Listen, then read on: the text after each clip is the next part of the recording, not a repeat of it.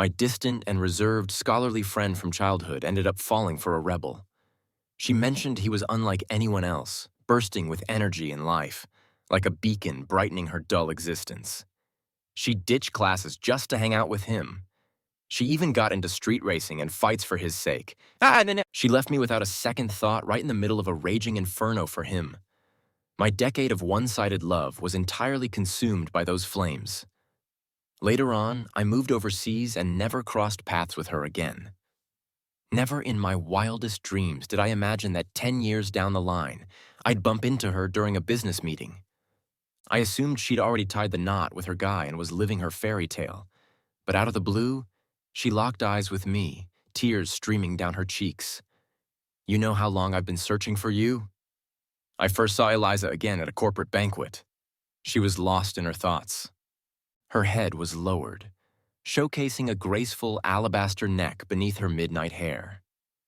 Even amidst the lively crowd, she seemed to have built an invisible wall keeping everyone at bay.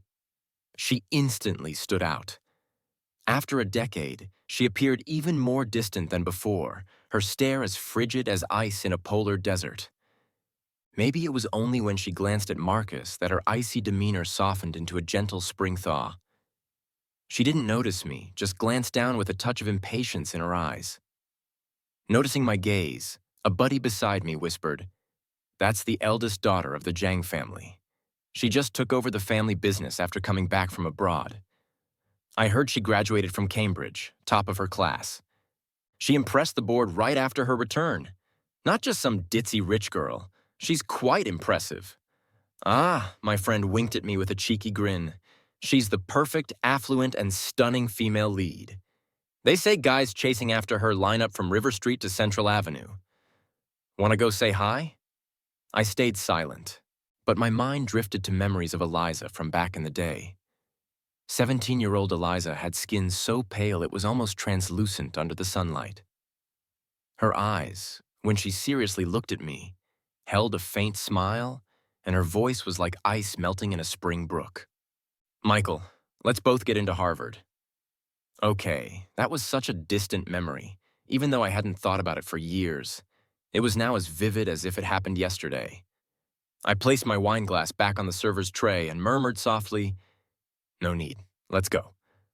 Just then, Eliza's gaze swept my way and suddenly fixed on me. She froze. Then she abruptly pushed through the crowd and hurried toward me, finally breaking into a sprint, her high heels clicking urgently on the floor. "Michael?" she called out loudly, her voice shaking with disbelief. I wasn't sure if I was seeing things, but her eyes seemed a bit red. I acted like I didn't see her and turned to leave. Our story isn't particularly extraordinary. Our families had been close since we were kids, even born in the same hospital, just hours apart. We were the perfect example of childhood sweethearts. Eliza had been proud and distant from the start, viewing everyone around her as nothing more than disposable trash. Even in elementary school, the number of love letters she received could fill half a drawer. She never read a single one, just tore them up in front of the boys' faces and tossed the pieces into the bin without a hint of emotion. She had every reason to be proud, coming from a privileged background, with delicate features and a sharp mind. By age 3, she was already flipping through the Cambridge dictionary. At 11, she hacked into her father's company firewall, accessed confidential files, and left her father both furious and begrudgingly proud. But she was always a bit more relaxed around me. Eliza never skipped a grade, insisting that if she didn't stick with me, I'd be a lost cause. So, from childhood through high school, I'd either go to her house after classes, or she'd come to mine, where we'd study together while goofing around. She'd often tap my head with a pen in frustration, saying, "Michael, how many times do I have to explain this simple problem before you get it? Are you dumb?" Under her daily tutoring sessions, even the dumbest would eventually catch on. Growing up, we were always the top 2 in class, her in first place, me in second. In life, we were inseparable. Her mother would often joke that we were so close we might as well share a pair of jeans. She'd even tease my mom about setting us up for marriage. Every time she said that, I'd blush and stay silent, but inside, I was thrilled. Who wouldn't adore Eliza? So beautiful, so exceptional, and so openly supportive of me. If the story ended here, it would have been a happy ending for childhood sweethearts. Unfortunately, it wasn't long before Marcus showed up. Marcus was unlike any other guy I'd ever met. To put it nicely, he was unconventional. To put it bluntly, he was a delinquent. He transferred to our school during our sophomore year, reportedly expelled from his previous school due to some incident. He never paid attention in class and often skipped school to hang out, while other boys obediently wore their school uniforms. He wore a tight black tank top showing the faint outlines of his abs and a tattoo, which made the girls secretly check him out. He loved dating, and almost every attractive girl in the school had been with him at some point. He didn't care about the gossip and even turned those stories into conversation starters. He hung out with troublemakers from outside the school, often kissing girls with dyed, messy hair in public. After school, he'd straddle his motorcycle, chew gum, and rev the engine, while the girl clinging to him screamed with joy as they sped off. In a place where everyone seemed to blend in, he was a unique firework attracting many's attention, including Eliza's. In theory, someone like Marcus shouldn't have any connection with Eliza.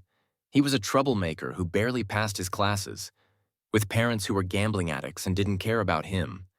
The teachers ignored him as well. Eliza, on the other hand, was a top student who consistently ranked first in the class. She came from a wealthy family, was disciplined, and was the pride of both teachers and parents. But somehow, their paths crossed. The first time Eliza received a love letter from Marcus, she threw it straight into the trash. Then Marcus personally delivered the second letter. He cornered Eliza against the wall, smirking as he pinned her hands above her head and blew a puff of white smoke into her ear. "Eliza, I've got my eye on you. Be my girlfriend." Many boys liked Eliza, but none dared to pursue her this boldly. I thought Eliza would reject him mercilessly, just like she did with everyone else. But for the first time, she looked a bit flustered, the tips of her ears turning red.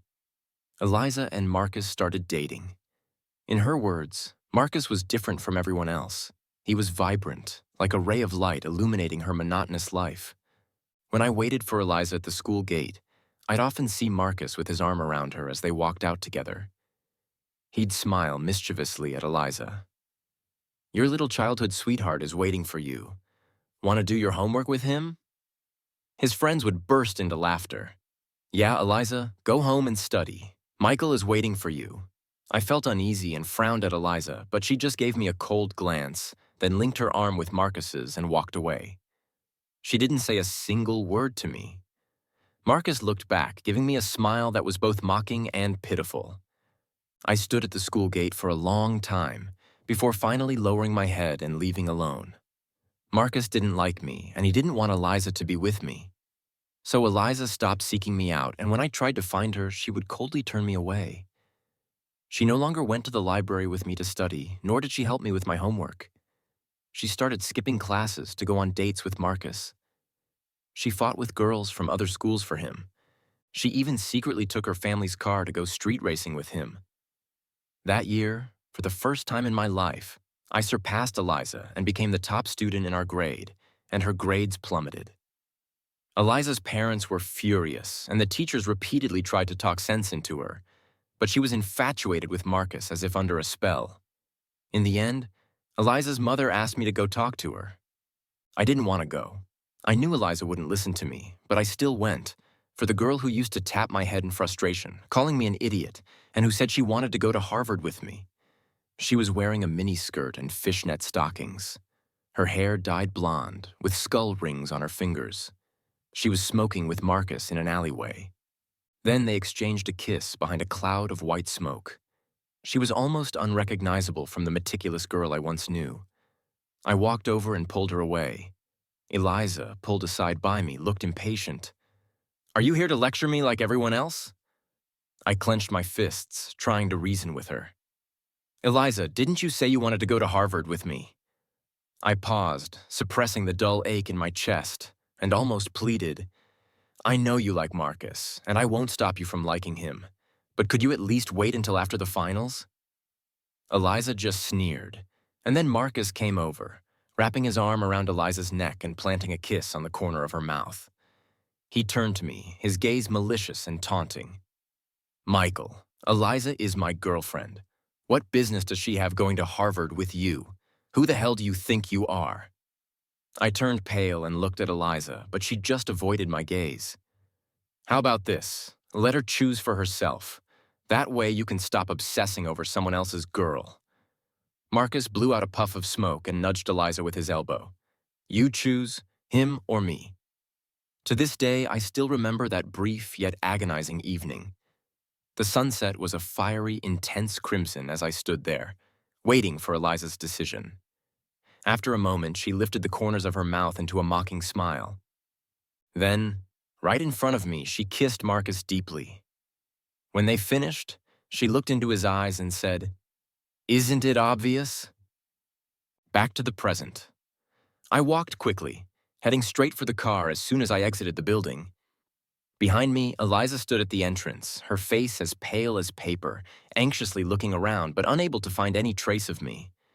The streetlights cast her shadow long and thin, giving her an unexpected and fragile appearance, as if she might break at the slightest touch. I leaned back in the driver's seat and lit a cigarette. The scent of menthol filled the enclosed car, and I closed my eyes slightly. I never used to smoke. This habit developed after I went abroad. Tobacco doesn't bring much joy, but it does allow you to momentarily forget your troubles. The reason I left the country was that I almost got burned alive in a fire. That afternoon, when I went looking for Eliza, some of the thugs who had previously fought with Marcus came seeking revenge. I heard it was because Marcus had dated one of their sisters, who had even had a miscarriage for him. Later, she continued to cling to Marcus, but Eliza slapped her across the face. The thug couldn't swallow his pride, so he brought in some big shots from the streets. That afternoon, the three of us were tied up and thrown into a van. Marcus got the worst of it. He was beaten so badly that he was covered in blood. Then we were dumped in an abandoned warehouse, waiting for the so-called boss to deal with us. Teenagers can take a beating, despite looking bad. The injuries were mostly superficial. Marcus soon woke up and managed to rub the ropes tying his hands until they snapped. There were 2 doors in the warehouse. Eliza had always liked taking things apart, and she had once dismantled the lock on the front door of her house. Using a piece of wire, she managed to unlock the door. Just as the 3 of us were about to make a run for it, the thugs, hearing the noise, kicked the door open. Instinctively, I looked at Eliza, and in a split second, her gaze fell on Marcus. She grabbed his hand and ran. My hand froze in midair, and my blood turned cold in an instant. As Marcus left, he didn't forget to slam the door shut in front of me. I lost the crucial second needed to escape. I hadn't revisited what happened after that for a long time. The thug recognized me and knew that Eliza and I were childhood sweethearts. When Eliza and Marcus ran, the thugs took out all their anger on me. They broke one of my legs with a stick, and I lost count of how many blows I took. By the end, I was barely hanging on to life. Finally, the thugs set the warehouse on fire. The flames were intense, burning hot, making my eyes dry. So dry that I couldn't even shed a tear, but all I felt was cold, a bone-chilling cold. That fire burned away my 10 years of unrequited love, but in the end, I didn't die. A kind passerby saw the fire and called the emergency services, and it was sheer luck that the fire station was nearby that day, so they arrived quickly. When I was rescued, my parents were devastated. I lay in the hospital for a full 2 weeks, and when I finally woke up, I said only one thing to my parents: I don't want to stay here anymore. Because of that incident, my leg could no longer endure intense physical activity. I used to love playing basketball, running long distances, and skiing. But after that, none of it was possible. Our family completely severed ties with the Jang family. Eliza's parents brought her over several times, but my parents drove them away each time. After that, to escape this place full of painful memories, my parents decided to immigrate and move the entire family abroad. I changed my contact information and cut all ties with the past. For the next 10 years, I never saw Eliza again. I was 17 that year. My youth ended abruptly in such a tragic and absurd way. At 27, I returned to China to take over the family business. I never expected to see Eliza again. The moment I saw her, the pain I'd buried for 10 years suddenly resurfaced, making me instinctively avoid her. Eliza, the name that had brought so much light into the first 17 years of my life. The name that, at 17, had pushed me into hell. To be fair, what happened that day wasn't entirely Eliza's fault. She chose Marcus, and there was nothing wrong with her not choosing me. Now, I don't hate her as much as I used to, but I also don't want to see her again. It seems that the more you try to avoid someone, the more likely you are to run into them. I didn't expect to see Eliza again so soon in the negotiation meeting room. Eliza still had her hand on the door, frozen in place. She stared at me, her whole body rigid as if she had turned to stone. After a long moment, her lips began to tremble, and I wasn't sure if I was imagining it, but I thought I saw her eyes start to fill with tears. A wave of mixed emotions surged through me, and I could hardly control myself. Karen glanced at me. "What's wrong?" Her words pulled me out of my tangled emotions, and I steadied my voice. "Nothing." Throughout the negotiation, both Eliza and I were distracted. I was on edge, and as soon as the meeting ended, I tried to leave. But Eliza grabbed my arm. Her eyes were red, and in a hoarse voice she said, "Michael, that day, it was you, wasn't it? I've been looking for you for years." At that moment, memories flooded back uncontrollably. The unbearable pain, the scorching heat of the flames, the leg that could never endure intense activity again. I jerked my hand away, a mess. "Karen, please have some respect," she pleaded desperately. "Michael, I know I wronged you back then. All these years, I've thought about that day every day." Just as I was about to lose control and walk away, Karen suddenly stepped in front of me. She was tall, standing at 5'9", half an inch taller than Eliza. When she stood in front of me, she completely blocked Eliza's line of sight. A mess. "Karen," her tone was nonchalant, but her emotions were icy. "Business is business. Why are you making a scene with our CEO in front of everyone? You might not care about rumors, but our company's reputation does." Eliza was taken aback, then frowned. "This is between Michael and me. We're old acquaintances. Please step aside." Karen glanced at me, and I frowned, feeling nothing but irritation. She turned back to Eliza with a smirk. "Sorry, Eliza. Unfortunately, we have another meeting coming up. If you have something to say, save it for next time." With that, she grabbed my hand without giving Eliza a chance to respond and led me out the door. Ex-girlfriend. Once we were in the car, I sat in silence, lost in thought. Karen looked at me a few times and finally couldn't help but ask. I shook my head and whispered, "No." Then she added, "She wronged you in the past." I remained silent. Karen cursed under her breath. "That woman doesn't look like anything good. Her eyes are practically on top of her head, pretending to be all cold and aloof. Why didn't you say anything back there?" Her meddling broke up my sullen mood, and I couldn't help but laugh. "What good would it have done? Are you going to beat her up for me?" "Of course," Karen fumed. "How did she wrong you? Tell me." I said nothing. After a moment, Karen handed me a bottle of water.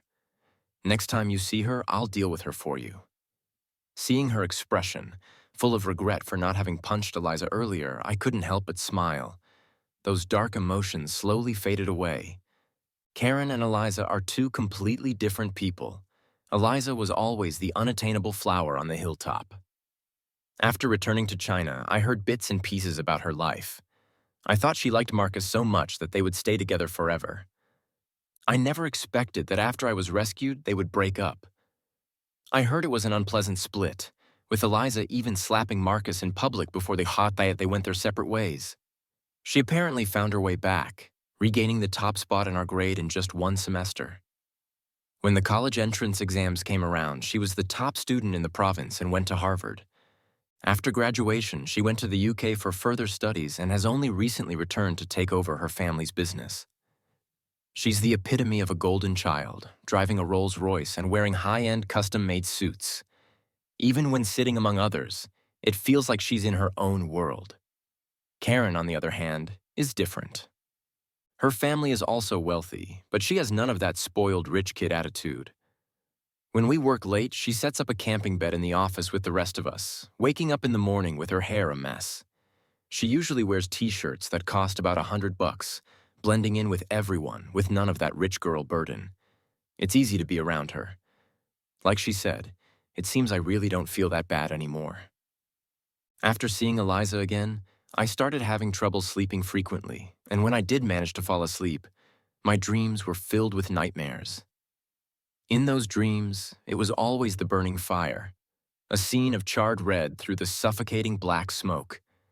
Eliza held Marcus's hand, coldly watching me as she pushed me into an abyss. And then I would wake up, drenched in sweat. I took a day off, not wanting to stay at home. With no idea where to go, I wandered aimlessly.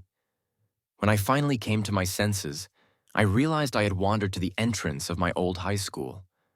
I stood there for a long time when suddenly someone approached me from behind. It was Eliza. I hadn't taken a close look at her last time, but now that I did, I noticed that 10 years had changed her quite a bit. She was taller. Her figure was no longer as slender as it had been in her youth.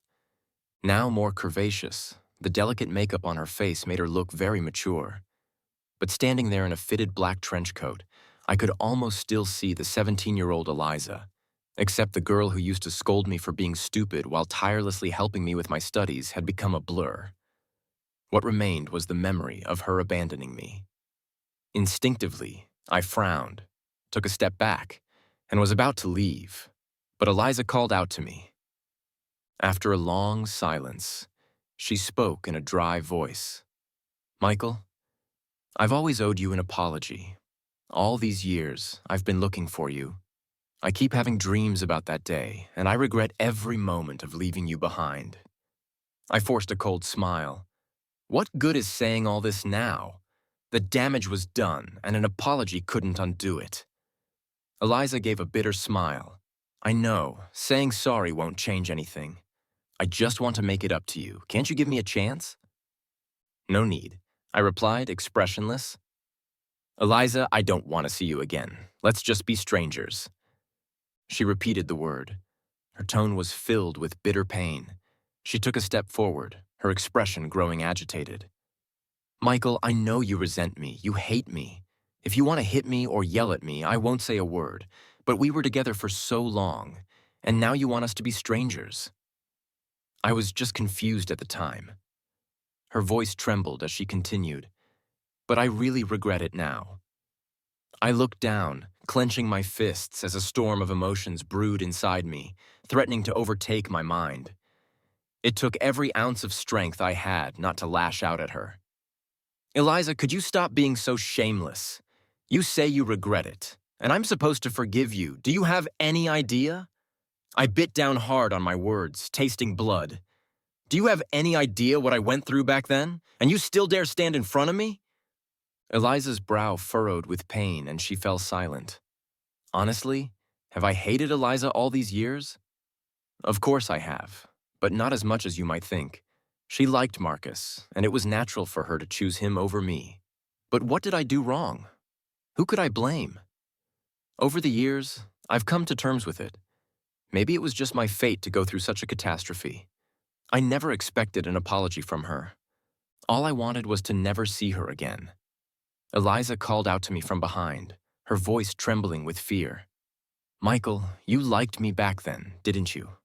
I wanted to tell you. I liked you too. I was just too stupid to realize it back then." I didn't stop walking, confessing her feelings now. How absurd. I had liked Eliza for many years, very much, so much, and I had waited for her for many years. But the fragile love of a young person crumbled like paper in the face of such a disaster, consumed in an instant by the flames. Now, all I feel for her is overwhelming disgust, disgust so strong that I don't want to see her ever again. Back then, she didn't choose me, and in the future, I don't need to be chosen by her. As I reached the street corner, I suddenly stopped in my tracks. A man in a faded jacket, surprised, took off his sunglasses. "Michael," he smiled. "Do you remember me? I'm Marcus." At a business banquet I attended with Karen, I heard a familiar voice while walking down the hallway to the restroom. Peeking around the corner, I saw Marcus, dressed in a suit, holding Eliza from behind. "All these years, I've never forgotten you," he said. "All these years, I've never forgotten you." "I've always thought about you, Eliza." It was clear that Marcus hadn't been doing well these past years. His suit was ill-fitting, with his ankles exposed. The rebellious look on his face had been replaced by a greasy slickness, his stomach slightly bulging, and overall, he had let himself go. Who knows how he managed to sneak in here? I glanced at the scar on the side of Marcus's face. After I left the country, some of my friends, angry on my behalf, tracked Marcus down and ambushed him. Marcus was nearly beaten to death that time, left clinging to life. My friends were all from wealthy and influential families, so Marcus never found out who was behind the attack and could only chalk it up to bad luck. He later got into trouble again and was expelled. And with no education and no job prospects, every job he did find was sabotaged by my friends back home. In the end, he had no choice but to turn to robbery, for which he was sentenced to 7 years in prison. I made sure he was well taken care of in there, and his suffering could be said to have been 100 times worse than mine.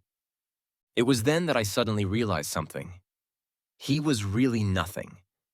I figured Marcus must have hit rock bottom, and now, seeing Eliza again, he was desperate to climb back up. Eliza said nothing. "I know you're angry at me," Marcus said, his eyes red. "But I was scared too. I didn't mean to do it." His hand slowly moved up, caressing her. "I know you haven't forgotten me either, Eliza. Do you remember how much you liked me back then? You even gave up Michael for me." Eliza suddenly shoved him away, her eyes blazing with anger. "Don't you dare mention him again." Her voice was icy, and she mercilessly added, "The thing I regret most in my life is saving you back then." She looked Marcus up and down, her expression turning to contempt when she saw his suit. The foolish infatuation of youth had completely shattered after 10 years, revealing the harsh reality. The current Marcus probably wasn't even qualified to stand before Eliza anymore. Eliza now owned 18 companies and was a bona fide heiress. A single piece of her clothing was worth more than Marcus could earn in a year. And the once glorious Marcus was now an unemployed ex-convict. They were truly from two different worlds now. "Marcus, don't ever show up in front of me again." Marcus was startled by her glare, his mouth hanging open but unable to speak. Eliza walked away without a second glance. I turned away and lit a cigarette. What a twisted fate. Seaside City isn't that big, but it still has a population of 8 million. When I came back, I never thought I'd run into anyone I used to know. But here they were, one after another, showing up on my doorstep. I never expected Eliza to have no lingering feelings for Marcus. Eliza is someone who seems indifferent to everything. But in reality, she's very obsessive. Since she was a child, when she liked something, she had to have it. And she wasn't one to get bored easily, to be honest. I thought Eliza liked him so much back then that they would always be together. But it turns out they had a messy breakup too. I returned to the banquet, thinking Marcus would have left. But to my surprise, he was still there, and he spotted me. He walked over with a glass of wine, as if he had completely forgotten what Eliza had just said, and as if he had forgotten everything that happened all those years ago. He approached with a sly grin. "What a coincidence. Michael, it's been a long time. How have you been all these years?" I stared at him for a moment, said nothing, and turned to leave. If I could understand why Eliza chose Marcus back then. What I could never forgive was how Marcus shut that door, trapping me in hell. I still don't know why he did it. Was it a deliberate act of revenge because he thought Eliza and I were close? Or was it a panicked reaction to buy time? And I don't care to know. All I know is that I despise them. And seeing him standing before me, especially when he shows up acting like nothing happened, I could kill him on the spot. I took a deep breath. There were too many people around. I couldn't lose my composure in public. But Marcus wasn't done. He grabbed my arm. "We were old classmates? Michael, why the attitude? Have you forgotten how you chased after Eliza back then? He sneered, wrapping his arm around my neck. You followed her around like a dog, but she only liked me. He kept rambling on, trying to take out his frustrations from Eliza on me. I set my drink down on the server's tray and loosened my tie. Pow! My punch sent Marcus's head snapping to the side, and the rest of his words got stuck in his throat. I withdrew my fist, aching from the force, and my gaze turned cold. Inch by inch, you dare hit me. A flash of venom crossed Marcus's eyes as he clutched his face and started yelling. Michael, you son of a bitch! How dare you hit me? Who the hell do you think you are? Somebody, call the police. Someone's assaulting me. Clearly, this was his first time in a place like this. The people around us watched the scene with amused expressions, as if watching a clown perform. Marcus's voice gradually lowered as he realized no one was taking him seriously. I casually took the handkerchief my assistant handed me, wiped my hands, and tossed it aside. Eliza, seeing the commotion, rushed over in concern. Michael, are you okay? She looked me over from head to toe, and once she confirmed I was fine, she turned on Marcus with disgust. Why are you still here embarrassing yourself? Didn't I tell you to get lost? Marcus, gritting his teeth, he tried to say something, but I looked down at him coldly. Security, get this man out of here. Marcus was dragged away by two burly security guards. His frantic shouts for Eliza were ignored as she didn't even glance his way. I pulled away from Eliza in frustration and left the banquet hall. The autumn wind carried a chill, and I realized belatedly that I was cold. Karen ran out after me, handing me the coat she had prepared. Who was that idiot just now? I asked you before. What's the deal with this Eliza woman? What did she do to you? I clutched the coat, soaking in the lingering warmth. Since the incident, I hadn't told anyone about what happened. I didn't want to talk about it, but now, for some reason, maybe because the autumn night was too cold, or maybe because the person beside me was too warm. After a long silence, I finally spoke. Karen stayed silent for a long time. I tugged at the corners of my mouth, offering a slight, bitter smile. A tragedy that happens to someone else often carries a hint of absurdity, and it's normal for her to feel some disdain, but then she slowly hugged me, shielding me from the night, leaving only her warmth. I whispered, "Isn't it kind of pathetic?" Karen replied softly, "A little, but not you. It's them." I couldn't help but curl my lips into a smile. I didn't expect her to say anything sentimental. Karen's not that type. In the office, when the young guys secretly admire her, she thinks they're having an eye spasm and even asks if they've been staring at the computer for too long, making their eyes dry. But suddenly, the cracks in my heart didn't seem so unbearable anymore. I suddenly asked, "Karen, do you have feelings for me? I'm not an idiot, and I don't like playing games where you pretend to be distant just to attract someone. Karen is really good to me. She's a great person, and pretending not to notice any longer would be disingenuous." Karen's face turned visibly red under the night sky, and soon even her neck was flushed. She widened her eyes, and her beautiful pupils reflected my smile. I thought she would deny it, but to my surprise, she just stared at me. "You're only realizing that now." I was speechless, avoiding her gaze. "I don't want to lead you on. I'm really not ready for a relationship right now. I once liked someone, but after such a painful end to that unrequited love, I'm really scared. Over the years, it's not like there haven't been girls who showed interest in me, some of them even very good. I tried to force myself to give it a shot, but every time at the last moment, I couldn't bear to go through with it. For so many years, Karen has been the only one whose presence I could tolerate, but that's all it was. I'm really scared." Karen seemed a bit disappointed, but she still smiled, bright and untroubled. "I understand, and I can wait. Michael, as long as you don't push me away, I won't ask for more." I was taken aback. Karen has everything going for her. She doesn't lose to Eliza in terms of family background or looks. And though she's a bit rough around the edges, there are plenty of men who'd line up around the block for her. A strange emotion welled up in my heart, a tightness in my chest. Just then, Eliza showed up. As soon as she saw me, she hurriedly tried to explain. "Michael, I really didn't know he would come today. She didn't get to finish. Karen's slap landed squarely on her face. She wasn't bluffing when she said she'd hit Eliza. She really did it. I don't know how strong Karen is, but she didn't hold back at all. Eliza staggered, almost falling, and blood trickled from the corner of her mouth. Karen's eyes were dark with contempt as she spat. "You still have the nerve to come looking for him." Eliza's expression turned cold as she wiped the blood from her mouth. "This is between Michael and me. It's none of your business."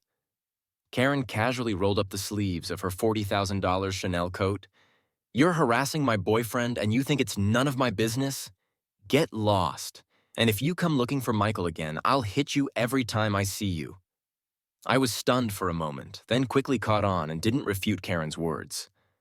Eliza froze, then looked at me in disbelief. "Boyfriend? Michael. Are you with her?" "Yes." Karen hooked her arm around mine and said mockingly, "Miss Lou, in terms of family background and looks, I don't lose to you. As for age, she gave Eliza a once-over. I'm much younger than you. Auntie, you should know your place. If Michael doesn't choose me, do you really think he'd choose an old woman like you?" Eliza's face turned ashen. I spoke calmly. "Eliza, I don't care for your apology, and I don't need your compensation. You should go." The color drained from Eliza's face. Her throat tightened as she choked back tears, ignoring Karen's presence as she stepped forward. Her eyes read, "Michael, I really regret it. I beg you. You don't know what I've been through all these years. Please don't do this. Give me a chance. I'll do anything you want. I've finally found you after all these years. I've been looking for you for 10 years. Karen's eyes widened. "Hey, you want to get hit again, don't you?" I stopped her and looked at Eliza seriously. "I don't blame you for what happened back then, and you don't need to make it up to me. But Eliza, I really don't want to see you again. If you really feel you owe me something, then please don't ever show up in front of me again." Eliza staggered, her face clouded with deep despair. Then she let out a bitter laugh. "Fine, if that's what you want, then I'll respect your wish." I never expected that would be the last time I saw Eliza. The next time I heard about her was on the local news. Man kills out of love turned hate. Eliza dies on the spot. Marcus, still obsessed with Eliza, continued to pester her relentlessly. Eliza, who only felt disgust and hatred for him, finally had enough and had someone give Marcus a beating. Marcus, already having nothing, was pushed to the brink of desperation by Eliza, consumed with hatred. Ambushed her one day as she was entering her company, stabbing her 7 or 8 times. Each strike aimed to kill. By the time the ambulance arrived, Eliza had no pulse. Marcus, covered in blood, stood in the street, laughing hysterically. "Eliza, who did you think you were, acting all high and mighty? You were the one pretending all along. You deserved this." He murdered her in broad daylight in front of many witnesses with plenty of surveillance footage capturing the event.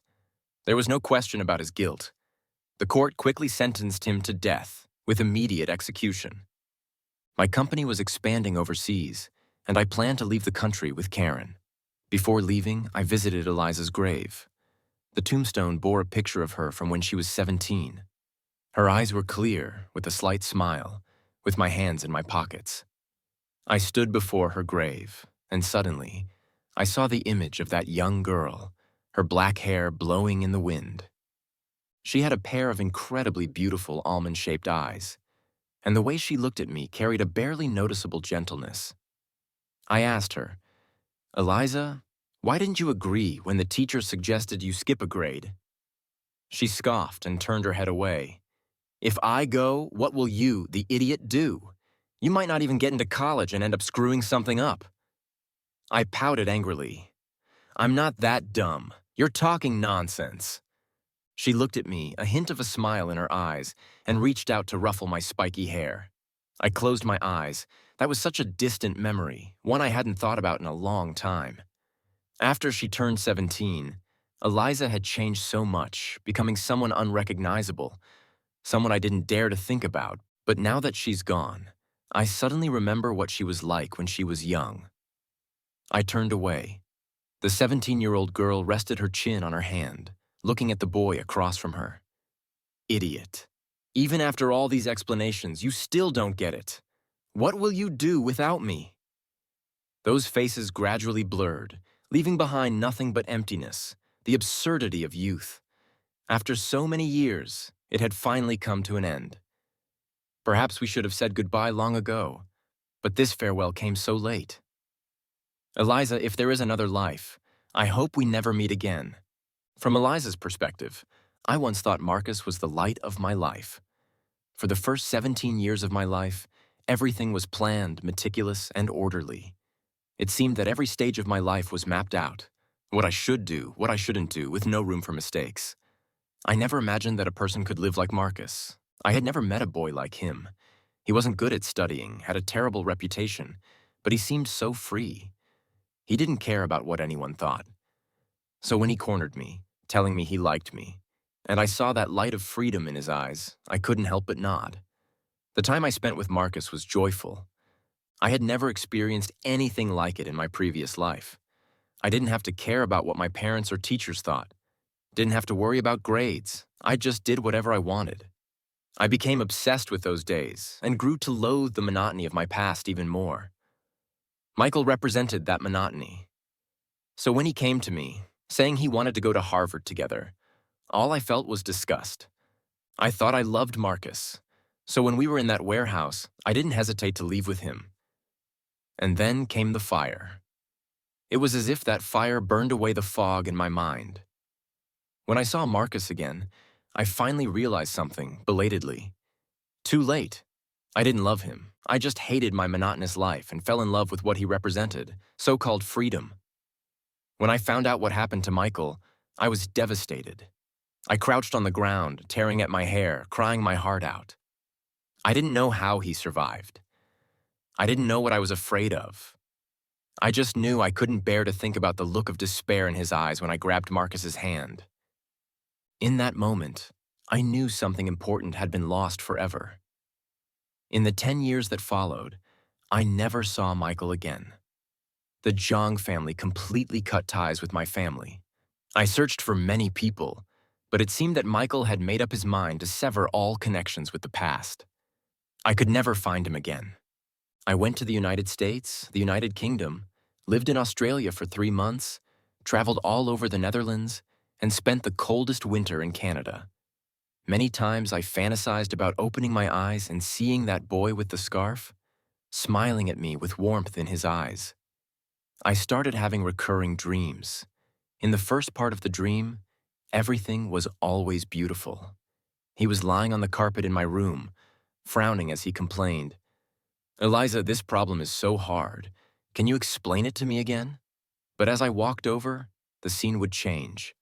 Flames would engulf the abandoned warehouse, and he would lie there, covered in blood, weeping tears of blood as he looked at me.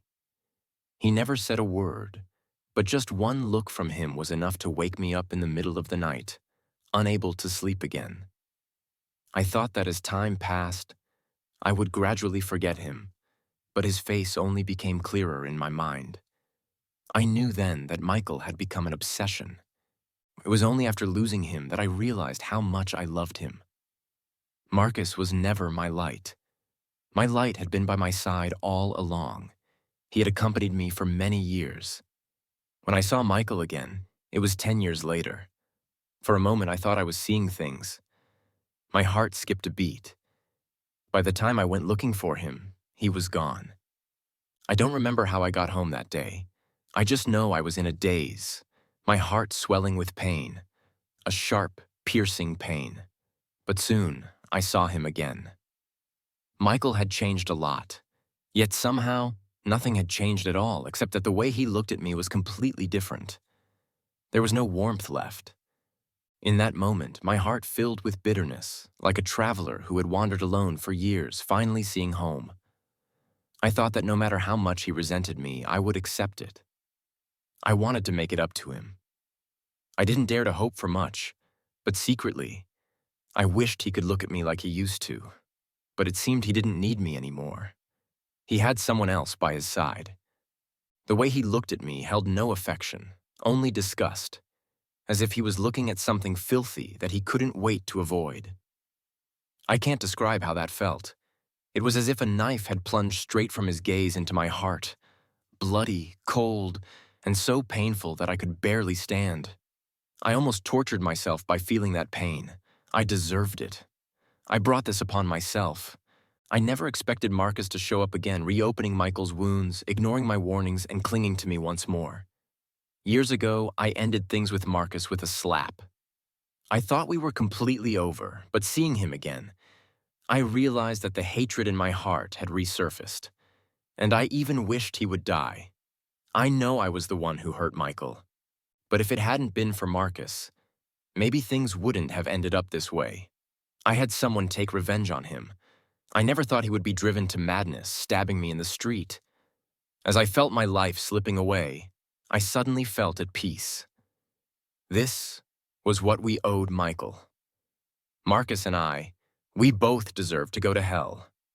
The judgment that had been waiting for years had finally been delivered, and I found that I felt relieved. I looked at the sky, a clear blue without a trace of a cloud, just like 10 years ago, and suddenly, I saw that boy in the white shirt again. He asked me, "Eliza, I heard the teacher talk to you today. Why didn't you agree to skip a grade?" I reached out on tiptoe, and his hair felt a little stiff, carrying the scent of sunshine. After a long while, I smiled. "Idiot, if I left, what would you do?